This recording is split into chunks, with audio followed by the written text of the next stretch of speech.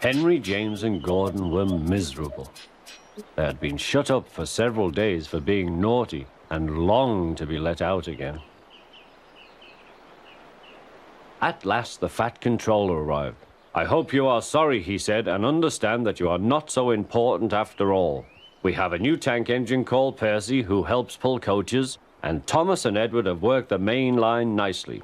But I will let you out now if you promise to be good." "Yes, sir," said the three engines, "we will." "That's right, but please remember that this no shunting nonsense must stop." He then told Percy, Edward, and Thomas that they could go and play on the branch line for a few days. And they ran off happily to find Annie and Clarabel at the junction.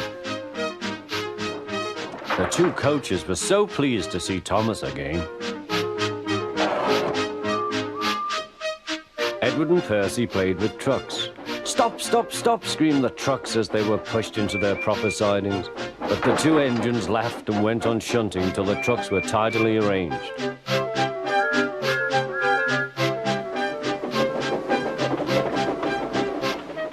Next, Edward took some empty trucks to the quarry. Percy was left alone. He didn't mind that a bit. He liked watching trains and being cheeky to the other engines. "Hurry, hurry, hurry," he would call, and they got very cross.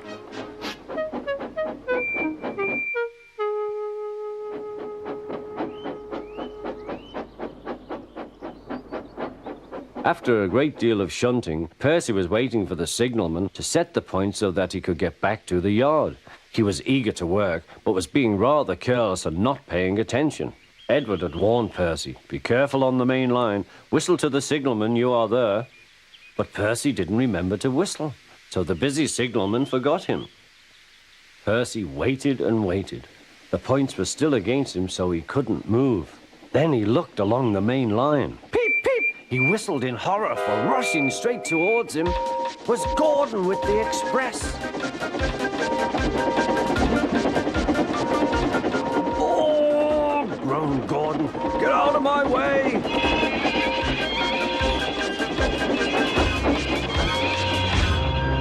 Percy opened his eyes. Gordon had stopped with Percy's buffers a few inches from his own.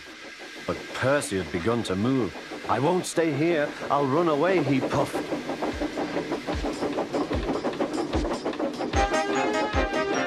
He went straight through Edward's station and was so frightened that he ran right up Gordon's hill without stopping.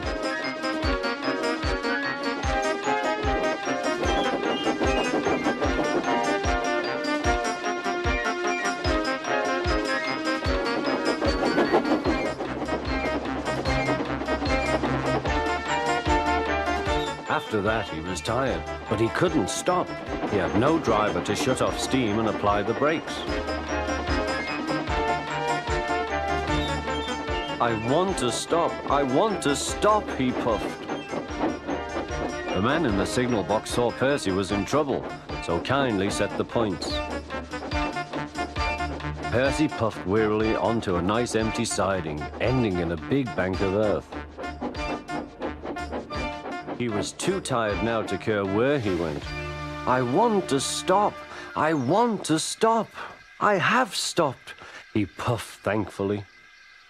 "Never mind, Percy," said the workman as they dug him out. "You shall have a drink and some coal, and then you'll feel better."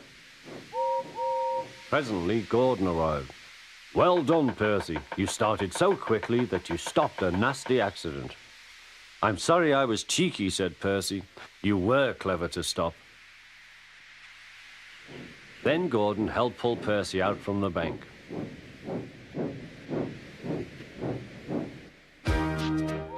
Percy is still cheeky because he is that sort of engine, but he is always most careful when he goes on the main line.